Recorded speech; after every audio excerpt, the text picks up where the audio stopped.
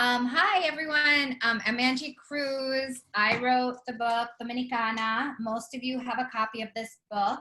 And really, I'm here to answer any questions you may have. I was sitting in the book club group meeting, and it was really interesting to hear how many of you are interested in talking about the American dream, the expectations, the impossibility of the dream that has been sold to many. I'm here really to welcome you and to say how excited I am that you've been reading my book, and also to introduce you to Victor LaValle. Victor LaValle is a resident in Washington Heights and editor of this wonderful anthology that some of you may have or will be getting next week. And I'm gonna let Victor introduce his work real quickly. Thank you, Angie. It's a real pleasure and honor to be here and to be doing this with you. As Angie said, so the thing I'm here to talk about is A People's Future of the United States. I served as an editor for the anthology, and I wrote an introduction for the anthology. But what's inside the book is an amazing range of short stories that are sci-fi, fantasy, some horror, a really nice mix of, and some amazing writers from a lot of different perspectives, talking about using those genres to talk about essentially where does America go from here? What will America's future look like? And so for one of the pieces, that means it's a story about a bookstore that it's the last bookstore on earth, and it's enormous, but it's divided exactly in half, and half of it serves the red state readers, the other half serves blue state readers, and then of course things go wrong because one of the blue state readers sneaks into the red state side and starts to look around there, and they don't want them there, and then it turns into essentially a minor civil war inside a bookstore. And you move from that, you have on the other range, you have a story about a population where dragons exist, and dragons have essentially been turned into a police force to oppress the majority of the people of color in particular in this world. But then the people of color figure out they have a very particular way to win the dragons over to their side. They have their food, and they use their food to get those dragons to figure out whose side they would prefer to be on. And then there's sci-fi where there's a guy who gets him and his family go out to dinner, and they discover there's a man there whose android is an avid Trump supporter, and then turns into a giant battle. So it's a range of stuff.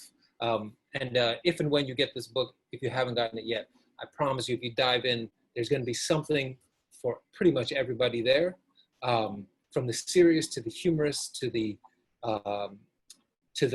really science minded to the fantasy minded, but all of them also underpinning really deep political thought that only feels day by day more and more relevant to what people are going through now. Well, I have to say, I was reading the book actually yesterday and today. I was going through the stories. The one you were talking about, the dragon, is N.K. Jemisin's, right? That's right. N.K. Jemisin's Give Me Cornbread or Give Me Death. Yeah. So I was reading some of these stories like The Wall by Liz Huerta, and this speculative future. And I was thinking how it was weird because our reality now feels a little weirder, even in the speculative future that we were imagining a year ago. That's right. Well, or being written.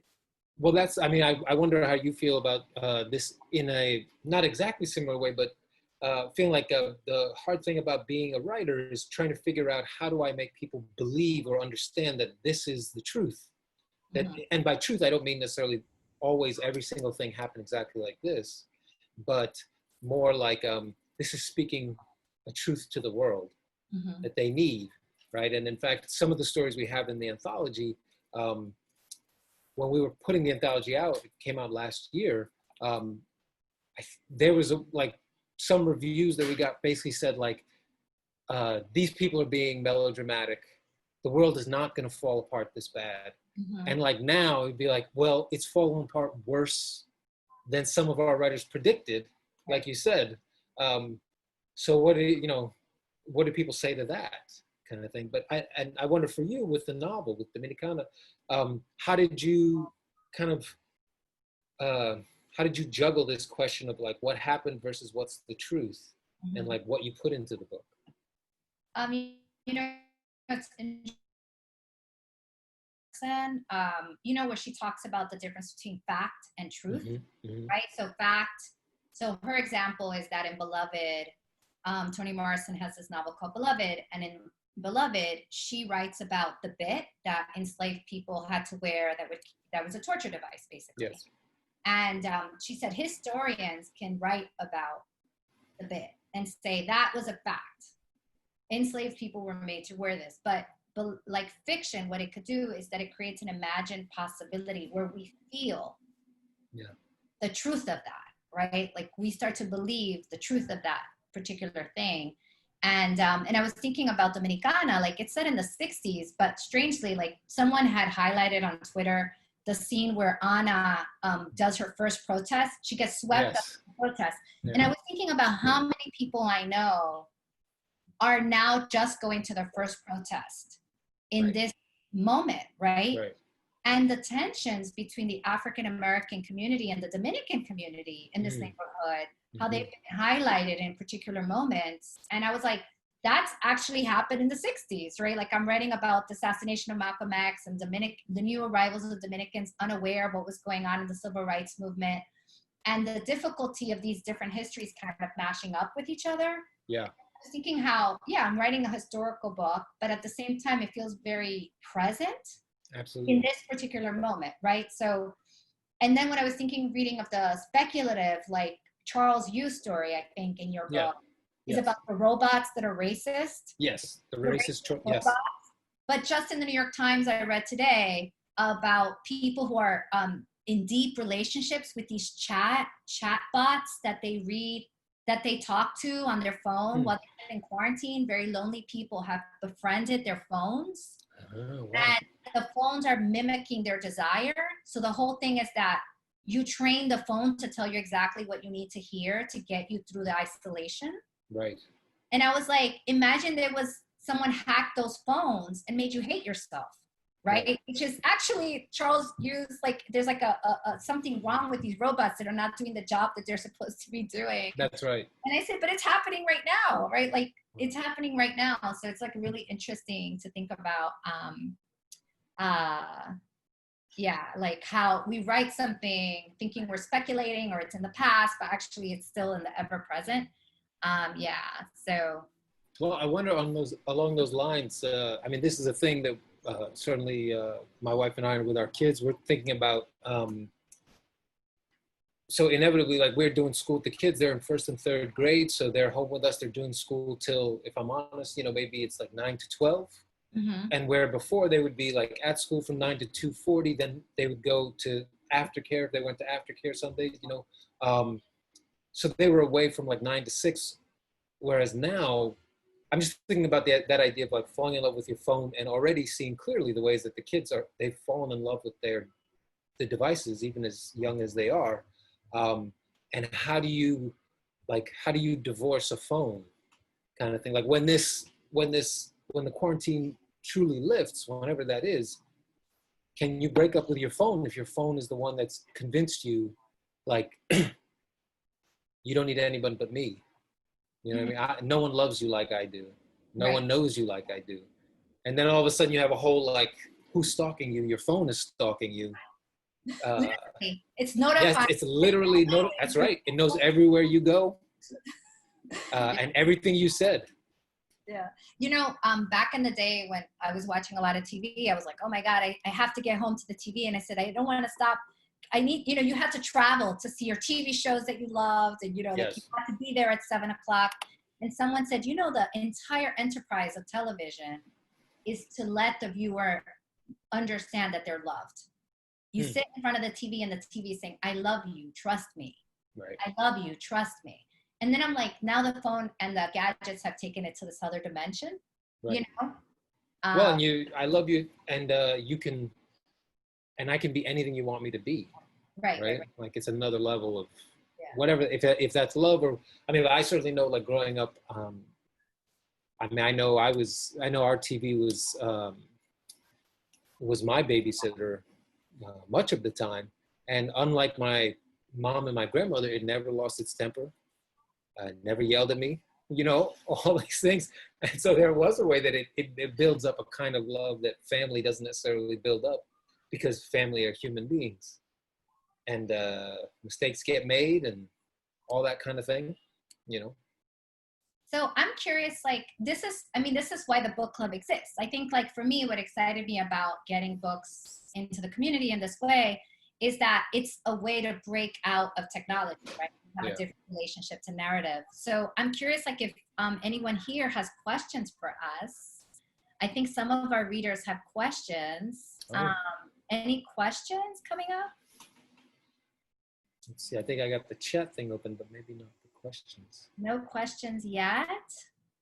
Well, let's talk about that note that Veronica brought up about being local. Like, I'm recently local, like 10 years local or so, but obviously you are not 10 years local. You are decades. tried and true. And so for you, like, what's the experience of being, I mean, as much as you can say, like being, if you can, like being you when you were young and being you now and sort of living in the same place, do you feel like the same person? Walking the streets, did you guess that you would be the person you are now? This, I mean, celebrated writer and all these good things? And college professor? No, of course not. You know, I grew up in a family of recently arrived Dominican immigrants who, there were no artists in my family writing up until very recently. I think up until this book, my family did not understand that I was a writer. Yeah. Even if I've been, they were like still waiting for, when are you going to get your job with benefits? When are you going to find stability? Right. But when Good Morning America chose my book and it was on the Turbotron at 42nd Street, somehow something resonated. That was, well, it was on the TV. It was like suddenly, it was on TV, right? Yeah, They're like, oh, she made it on New York One. It could be like, she must be real deal, you know? So that's right. I think that, you know, I didn't imagine it. But, you know, the neighborhood has changed so much. Although I feel like I feel like when I grew up, right, like we were all stuck in the neighborhood. Like we never left the neighborhood, basically. So I went to high school, I never left the neighborhood. But that's exactly what it feels like now. We're all local again. We're all local in the neighborhood. So it feels more familiar to me to like the childhood neighborhood that I grew up in and than the one it was before. Because now we're forced to deal with the localness, right? The stores. That's right. Like we can't go anywhere, we can't travel anywhere. So, but I see a question. Let's see. I want to answer some of these. We don't have a lot of time, so I want to answer some of these questions. Where did it go? Oh my God, the chat. Okay.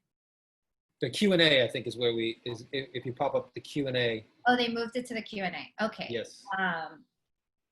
How do you feel about the interplay between your literature and your life, especially with Uptown Reads, Lo'Mas Lit, etc.? How do you feel about the interplay between your literature and your life? Okay, Victor. You try. I'm wondering, like, does that mean, how do you balance between the two? How do you share? I'm gonna choose to think maybe it means, how does one feed the other, maybe? And I would say for myself, like I write, I guess in theory, horror fiction. Like there's monsters in my stuff, weird phantom babies and trolls and ghosts and all stuff. And yet somehow I would say I'm a completely autobiographical writer.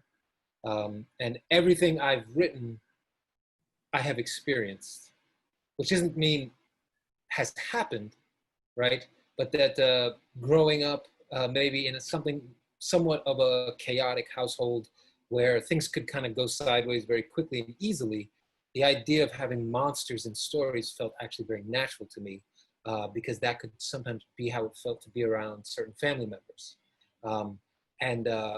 Since when I was writing, I didn't feel comfortable calling out my family members, like making it memoir.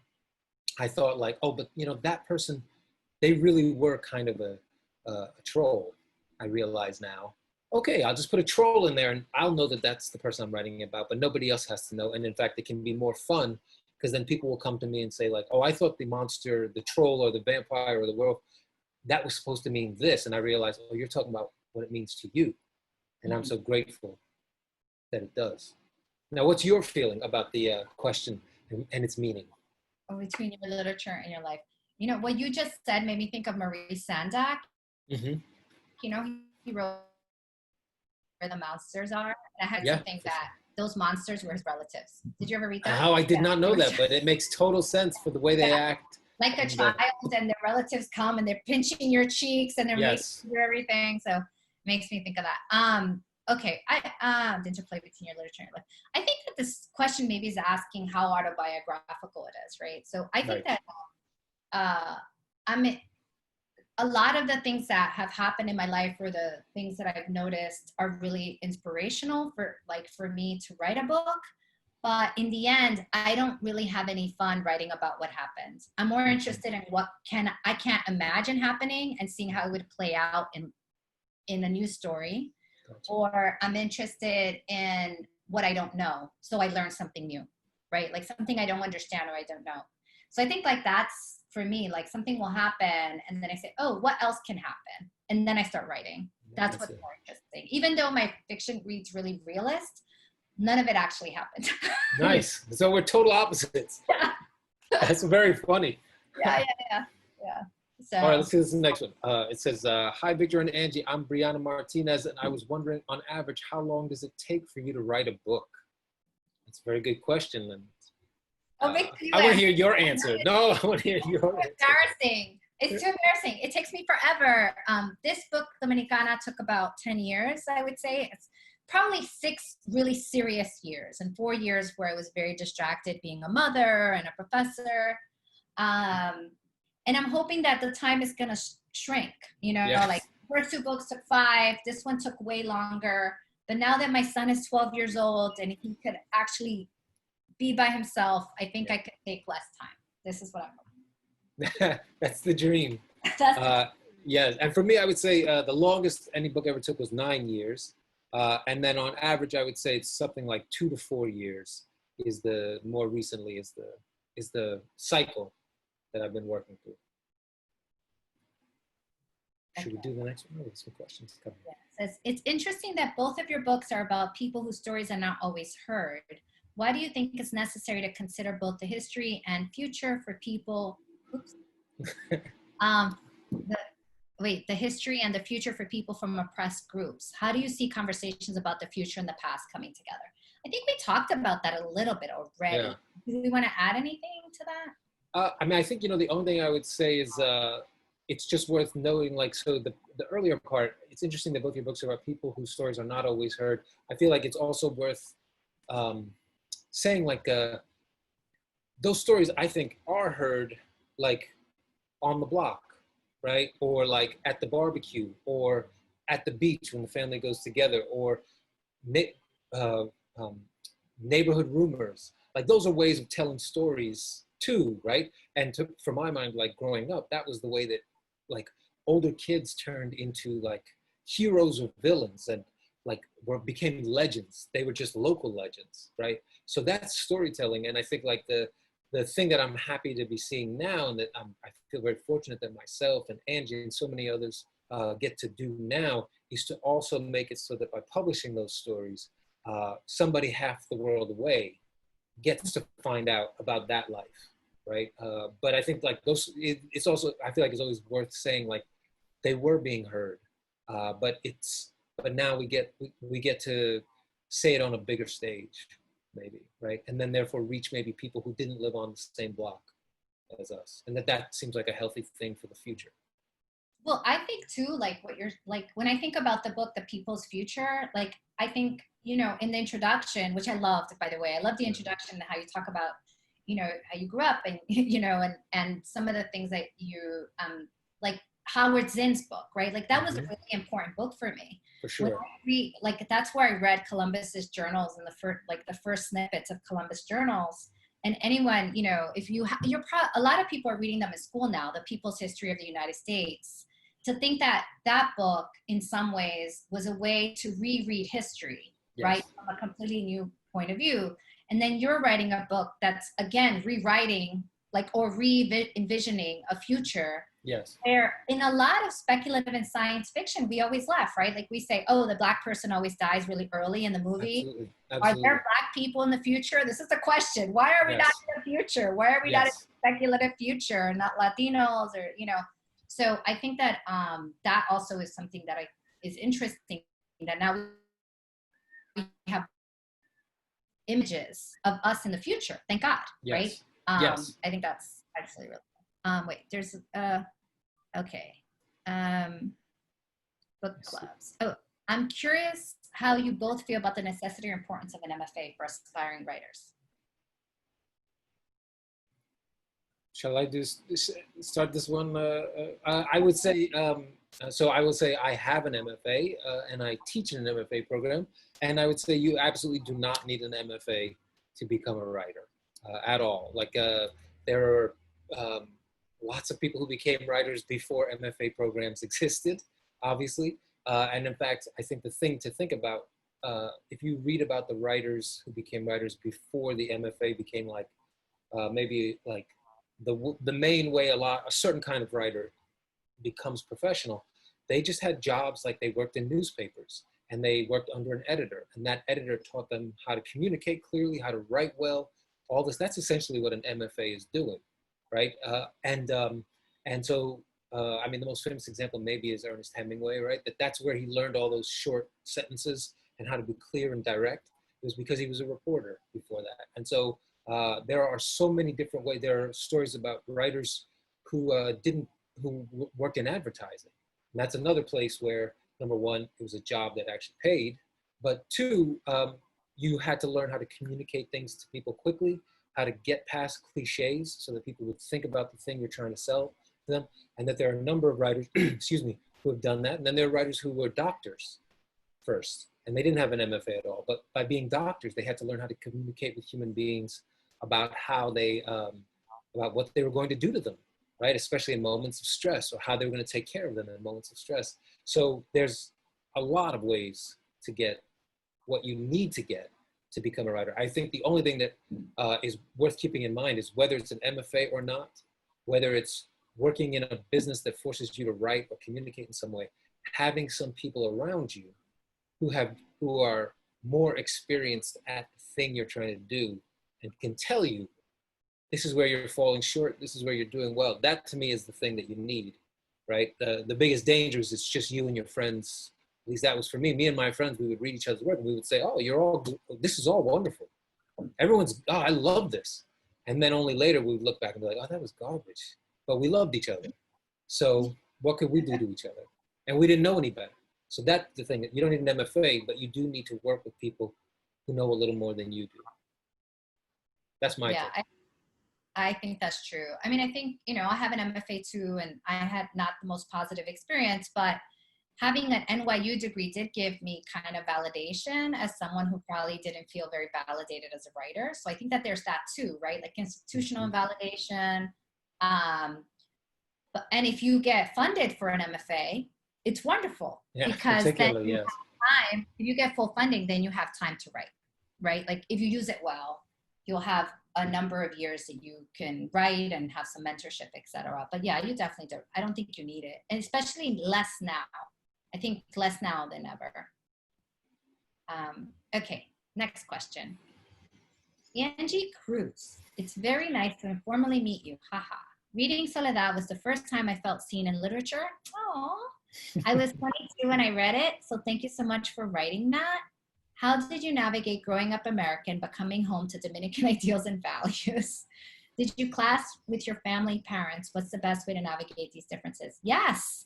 Actually, I ended up going to SUNY Binghamton and becoming very radicalized by my English and history professors, and coming home and basically telling, sitting at dinner with my family and saying, you can't say that about Puerto Ricans, that's racist. Like, you can't say that about African Americans, you can't say this about Haitians. And what happened is that for a number of years, every time I would walk into a room, they would shut down. They wouldn't say anything. They would say, La educada entró. She has a lot to say. It's better not to talk, you know? And it was very painful because already going away to school created kind of a canyon between me and my family because they wanted me to get an education, but education also creates a difference. It's suddenly like you're part of another world that they don't belong to. So I think that, yeah, it was really difficult. What I realized, and I love telling this story, is that with my mother, it hurt me the most with my mother when I felt that we couldn't talk because she couldn't see that I was learning and how my consciousness was shifting. And I started leaving the books, not intentionally, just because I didn't want to carry them. All the books I was reading, I would just leave them in my mom's house when I would visit. And she started reading those books. And one day we're sitting down and, my grandmother says something terrible about a Haitian. She goes, we should think about that because I just read this book and I didn't realize that the Haitian experience was so similar to my experience. And that's when I understood the power of literature, like how sneaky it is. Like in some ways, like she quietly read that book and it somehow internalized the experience of Edwidge Dandicott and saw some kind of connection between their experiences as women. And suddenly like her mind started to shift. And, and I think that, yeah, it's difficult when you're changing and you're realizing things that maybe you were miseducated about, and then, but there's ways, and I believe books really do connect people, it's one way to do it. So yeah, that's my answer for that. There's another Angie question. Is Ana's doll in Dominicana based off of an actual doll? Actually, it's based on this doll. That's great. I have it here, and I've had it forever. I don't know how it landed in my house, but it's always been around, and this is called the Dominicana, right? She has no face. Do you know this, Victor? I did, so yeah. It's a popular souvenir in Dominican Republic, and she has no face because they say the Dominican woman could look like any woman, really, all the faces in the world due to colonization. And so, yeah, there you go. And there's that's almost planned. It's perfect. You can actually put money in it. That's why I had that idea. Okay, you want to read the next question, Victor? Yes, let's see. For the ways you deviated from your family's true story, why did you decide to make those changes? I'm assuming that's... again, an Anna question. So yes. For the way you deviated from your family's true story, why did you decide to make those changes? Again, because I knew the story that was being told to me, so I wanted to write another story. So, I feel like the novel, what its work is to do the thing that hasn't been done or the thing that feels impossible. So that's why I did that. What was the research process like for learning your grandma's story that you based on off? Okay, so another, they read Dominicana, so there's gonna be a lot that's beautiful. I love hearing these answers. So now you can learn about my work. That's it. That's right. So what I did with research is that so first I tried to go and research in libraries, and I found that there was very little written and documented about the Latinx community in New York City. So I had to interview people, and I would sit down with a ton of people, and anyone who would talk to me and ask them, what was your story like when you got to the US? And I encourage you to do this. You have to spend some time, right? Like no one answers the question right away. A lot of time you have to spend like an hour, maybe two, and just listen and ask more questions. And people are really willing to tell their stories. And I did that. And then I also asked to look at photo albums. I said, do you have photo albums from when you came here? And I started looking at those photos, and that opened up a bunch of stories that I think that wouldn't have happened if it wasn't because I think people even forget. They're like, oh yeah, remember I went to the World Fair. Oh my God, let me tell you about that day, right? And that's kind of where I got those bits and details for the book, through conversations with people mostly, because they weren't in the archives. When you were doing the interviews, did you have like a set of questions prepared, or was it more like this conversation? No, I did it really casually. Like because I wasn't even aware that that's what I was doing until, like the way I started was really out of curiosity and trying to understand if I even had a story to tell. Yeah. And I would sit with people, and I also realized that the more informal I was, the better the stories were. Okay. Right? And did you record people, or were you just later, you just wrote notes? Sometimes I did, but I also realized that when I was recording, people become really self-conscious. Yeah, for sure, for sure. So I became really good at listening and taking notes, and yeah, and and there were just little things. Like I remember I was talking to this man, and he said, "Yeah," he goes, "the Irish really didn't like us back then." And I was like, "What do you mean?" He goes, "There was this bar, and it was called the Full Moon." I put that bit in the book, Dominicana, and he's like, "It was a bar called the Full Moon, but we're better drinkers, art stuff." So they changed it to La Luna Llena to attract the Latinx community. Yes. And the Irish were mad because they took over the bar, So I thought that was funny, but that you could only get through conversation. Like you got to sit. We were actually having whiskey. That's how it happened, right? Like it's not going to happen. I don't know what question could have led to that. That's right. That's right. So you really have to allow for kind of improvisation and, So, okay, this is a big question. Could you answer, Armando Garcia? It seems to me that readers, both Latinx and non-Latinx readers, respond to your books wanting to receive a real representation of Latinx reality from your books. Angie's is arguably a historical novel. Victor's is sci-fi speculative literature. How did you, or do you imagine reality and realism when you write fiction? I will say, if I might jump in for me, like one of the things that I remember, this is something I remember from my very first book, was a collection of short stories called Slapboxing with Jesus. And it came out in 1999, and I was at the Harlem Book Fair on 125th. And I was sitting down at a table, and they had like all these new writers, another new guy named Colson Whitehead, a couple other people, and we're all sitting there, we're just selling our first books or like talking about our first books. And I remember a guy came up to the table and he picked up my book and he looked at it and he said, "Well, tell me, brother, what's your thesis?" And then I said, "Oh, well, it's fiction." And he said, "So?" And it was an interesting moment for me because I think I had grown up reading fiction. And so the idea that I was supposed to be teaching someone something, like in the sense that they would come out of a book with facts, was foreign to me as an idea. But as time has gone by, I've come to understand that obviously different people read books for different reasons. And one of the ones that can be sometimes, at least for me as a fiction writer, and especially moving into the sci-fi speculative stuff, one of the things that can be hardest is coming up against the very fair desire on the part of some people, one, to just say like, well, I didn't come out of this learning I didn't learn when the George Washington Bridge was built or something like that. So this book didn't work for me. And kind of said, well, I can't do anything about that. And then there are other people who say, though, I wanted to see my real life, my real world represented. And you have people riding dragons and talking to racist androids.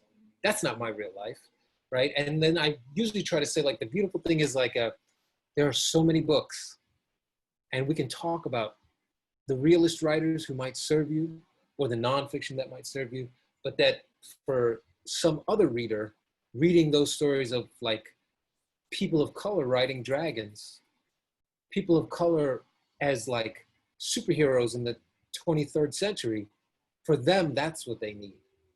And in a way, like that's who that is for. And literature is great because it can serve lots of different kinds of people, lots of different kinds of meals. Right. That would be my take on it.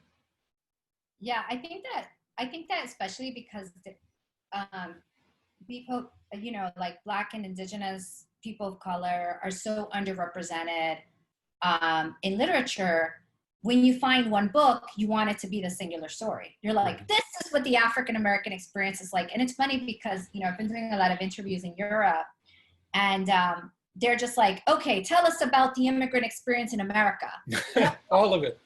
This is big. Like, I can't be the speaker, but this is the book they're reading to talk about the immigrant experience in America, And I think that that's the lack of representation is what forces kind of this idea of representation. Yeah. You're right. Like there's so many books, right? And I think that people will pull out, like if they don't get what they want, they'll just pull on the thing they need, right? Like I read, when I was in high school, I was reading James Joyce. I remember Dubliners blew my mind. I don't understand why, but I remember those stories so vividly. And now I reread them and I'm like, oh yeah, I get why, because I was in some of those spaces, you know, working class kind of, you know. So yeah, so I think that's okay. We need to go through these because we're running out of time. Yeah, because we're running out of time. Okay. Okay, let's Do you want to read the next one? Yeah. Okay. You want to read it? Oh, sure. Do you feel your protagonists are resurrected or reemerge in other works, and your obsessions, what are they now?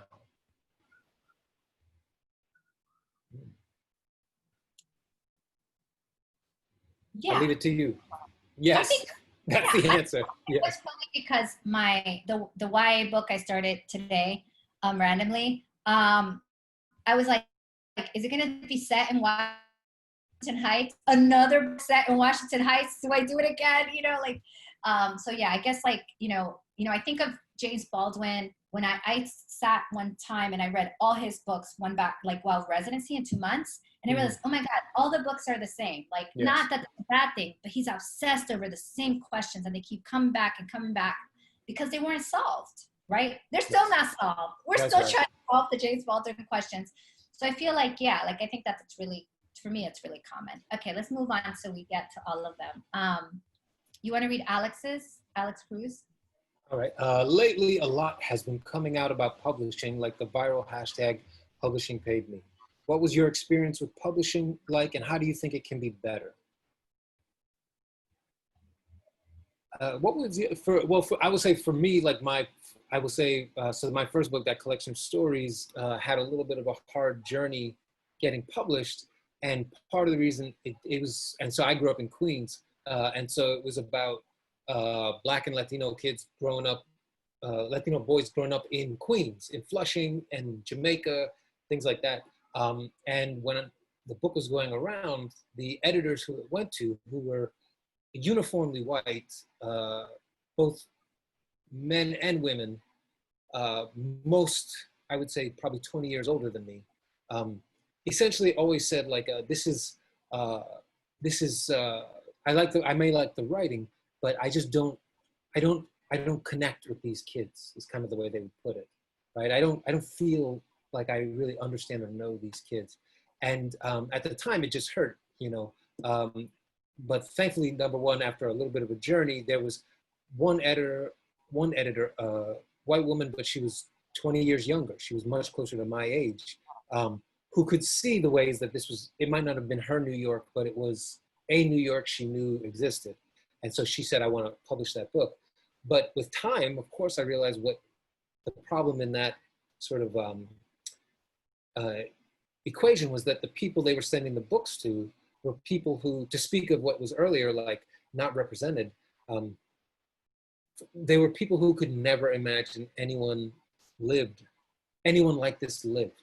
And as a result, they couldn't see how they could get into the book like that. So it seems clear to me the answer is, it can't just be the artists who are on one side of the table. It has to be the editors and the publishers and the publicists and all of that. And that's how you start to change an industry. Yeah, I think that's true. I think that all these hashtags and everything, it's just revealing what we've always known, right? It's not that we don't have ability, or it's really access and opportunity, right? And also having a diversity in editorship where they could connect to the stories, right? So one of the big, for me, Dominicana was rejected for like 4 years from numerous editors who basically kept saying, and Latino editors and Black, like everyone was like saying the same thing. It doesn't have a market, or we don't know how to sell this book, and I don't connect to this story, which is something that comes up a lot, right? Like, where I don't know, it's beautiful, but whatever. And, you know, I think as a writer, like, you just have to believe in your work. Like, I think this is where I feel community is really important. Like, I'm best friends with Victor LaValle's wife, Emily. Yeah. And if it wasn't for her, like, kind of saying your work is important, like, if you don't have a community that believes in your work, you could give up, I think, because the industry, we live in a world that systemically is racist and sexist. It just is. Yes. So you need to have people that see you and know you. And sometimes your work isn't really good. That's just honest, right? Like, when someone says, I don't get your characters, it's probably because they're not that well written too. Like, it could also be that. But I think that, But I also think that we live in a situation, in a world where systemically the people that, most of them have power, like they might not relate to your story. They don't see a market for it, or they don't want to take a risk on people of color in the same ways they have to take risks on maybe white writers. So it has to be, yeah, both. We have to do the work. We have to keep up the rigor in the work. And we have to have a system that also meets us halfway by being more open, like learning our language and culture and, you know, yeah. Right. So, okay. Really, Ortiz, who inspired you to be who you are now? And are there any authors that you would recommend? Who inspired you? Well, you know, like I was really inspired by Toni Morrison and James Baldwin. They're seminal to me, I think, in my early work. As I recommend, everyone we chose for this book club. This book club came from the brainchild of some people in Word Up, some teens, and myself. So I highly recommend everyone you're going to be reading this summer. That's great. Perfect. And as for me, like as far as like my earliest inspiration, absolutely. Well, my earliest inspiration was the X-Men comics, because that's what I read when I was a little kid and wanted to dive into reading. And then probably when I was a teenager, I would say it was Stephen King. And he was an inspiration in part because he was very easy to, excuse me one second. Hi, Ben. I apologize. My son is here for a second, having a word. But so let me quickly say, and then I'm going to shut off my mic and let Angie answer the next question so I can check and make sure the apartment's not on fire. Stephen King was great, and he was like both, I could read him on my own, but also I loved that he wrote about like things that made sense to me, things that made sense to me and scared me at the same time. All right, I'll be right back. Okay, so I'll keep going. All right, so if your current past book is the love child of two writers, who would they be? This is a good one for Victor. Let me see. Okay, so this question, I'd like to review. If your current past book is the love child of two writers, who would they be? I'm gonna answer while you think about it. Okay. So the love child of two writers, the love child. I would say Marguerite Duras' The Lover, one. Maybe Disgraced by Coetzee. Weird, right? But why not? Nice, nice. Dark and kind of seedy and weird and yeah. Apartheid, I don't know. Yeah. Yeah. Those are the catchphrases. And then for me, the love child of my last book would be Octavia Butler and Grimm's Fairy Tales. I think those two together. You've been asked this before, Victor. Nah. That came too easily. Too good. All right, next. Mr. LaValle, was it difficult for you to have your sci-fi and horror books published as a Latinx author? Victor's not Latinx, but everyone thinks he's Dominican. It's true. La cara Dominicana is todas. And also my name. And LaValle. Yes. So, I am my mother is from East Africa, from Uganda. And my dad is an Irish white guy from upstate New York. And I came out, yes, as a Dominican man. That is why. But in all seriousness, it was hard to, earlier on, it was difficult to have the sci-fi and horror published, I would say, whether as a Black man or my friends who are Latinx writers in those genres. I would say even 5 years ago, even 3 years ago, it was harder than it suddenly is. Where now I think the pressures of the outside world have, like within those genres, Latinx writers, Black writers, Native writers, Asian writers have been pushing and pushing and pushing at those barriers for decades, really. But just really in the last year or two, what I've seen on the other side is the popular culture, the outside world has essentially been pushing from the other side. And I feel like now that for a minute, it seemed like it was cracking, and now I really feel like it's split open, and I'm seeing all these editors, publishers, magazines like reaching out to me and saying like, do you know any people of color writers who do sci-fi horror, whose work is good, who you would tell us that we should start publishing them if we haven't yet? And luckily I have a long list of friends, people who I admire, and so I'm happy to pass those on. You should put Nelly Rosario on that list, by the way. You're right about that. You're right Her about that. Crazy right now. It's amazing. Yes, I absolutely will put her on the list. And, just to add a little pressure. Yeah, we need that a little. Angie, I'm Cuban and relate to a lot of the things you've said about divisions in your family with your radicalizing and going to college. What are some of the books that were part of your radicalization? In college, Incidents of a Life of a Slave Girl, slave narratives in general were really like powerful and important to me because they're testimonies of an experience, right? And I was just like, oh my God, anyone correct like a book, you know, like these stories are important. So that, definitely a lot of the Toni Morrison book, the autobiography of Angela Davis also was like, you know, amazing and important to me.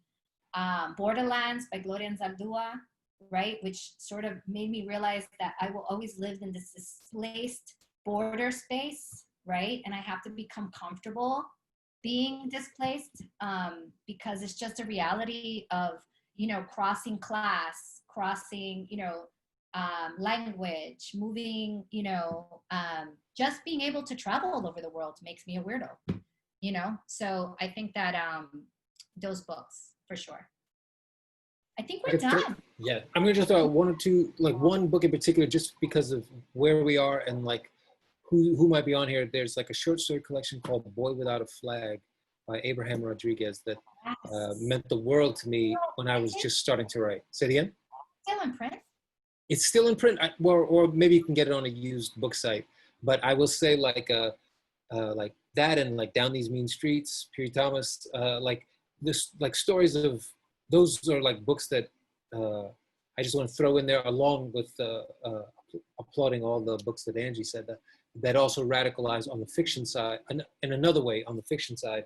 But Boy Without a Flag, even though it's like, you're right, out of print, but maybe in used bookstores somewhere, picking it up and just being like, oh yeah, that was certainly like 80s New York. To me, like that was it. So. Thank you so much. I think we're done. And I think that's exactly. Come in and announce something. Someone from Word Up is going to announce really quickly something. Am I right? But thank you all so much for hanging out with us and asking those questions. And thank you, Angie. Yes, absolutely. I think they're gone. Did they go away? Where are they? There they are. What's up, y'all? I All came right. in a little late, but what I got to hear from y'all was really great. So thank you so much. I actually can't. I've read Dominicana and I've been suggesting it to everyone. Nice. And I'm just more recently hearing about A People's Future, and I can't wait to read that. So it sounds dope as hell. Just wanted to say, if you're a teen, we'll see you next week for next week's book club on July 3rd for with Matt Mendez. And for everyone else, the next public event will be July 24th. Sorry, July 17th. With Michael Mulit and Maritza Mulit, and I might be mispronouncing that, so my bad. For with the book Dear Haiti, Love Elaine. And you can see in the chat for more info on the book club. And yeah, I think that's it. Thank you all for coming. Fill out your census. Stay safe, wear a mask. Don't go to dinner with a million people, please. That's my own personal suggestion. But thank you all for coming, and thank you guys for the amazing talk. That was great. It's a pleasure. I'm reading all the chat. There's a lot on the chat. Is there a lot in the chat too? There's a lot on the chat. I don't want it to disappear before I read it all. So no me cierren. You all can go, but I'm reading the chat. We're recording it, so don't worry. All the chat is saved. Nice. Thank you so much. Bye. All right. Bye, y'all. Bye-bye. Good night. Bye.